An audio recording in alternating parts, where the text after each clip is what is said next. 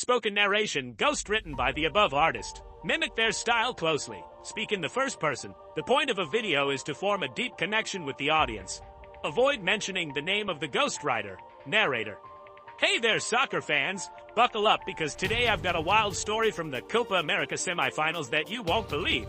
So, picture this. It's Wednesday night at the Bank of America Stadium in Charlotte, North Carolina. Uruguay has just been knocked out by Colombia. Emotions are high, tempers are flaring, and then chaos erupts.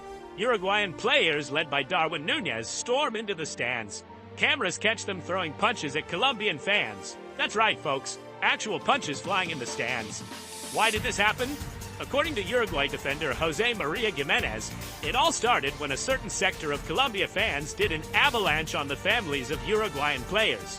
Gimenez describes it as a natural, instinctive reaction to defend and protect their loved ones. Imagine seeing your family under attack. How would you react? Ignacio Alonso, president of the Uruguayan Football Association, backed up the players' actions, stating they were just trying to shield the children, women, and other family members in the stands. Now, while Uruguay will play for third place against Canada on Saturday, Colombia moves on to face Argentina and Lionel Messi for the championship on Sunday. This incident raises serious questions about fan behavior and security measures at major sporting events. How can we ensure the safety of players' families in the future? I'd love to hear your thoughts in the comments below. Should the organizers be held accountable?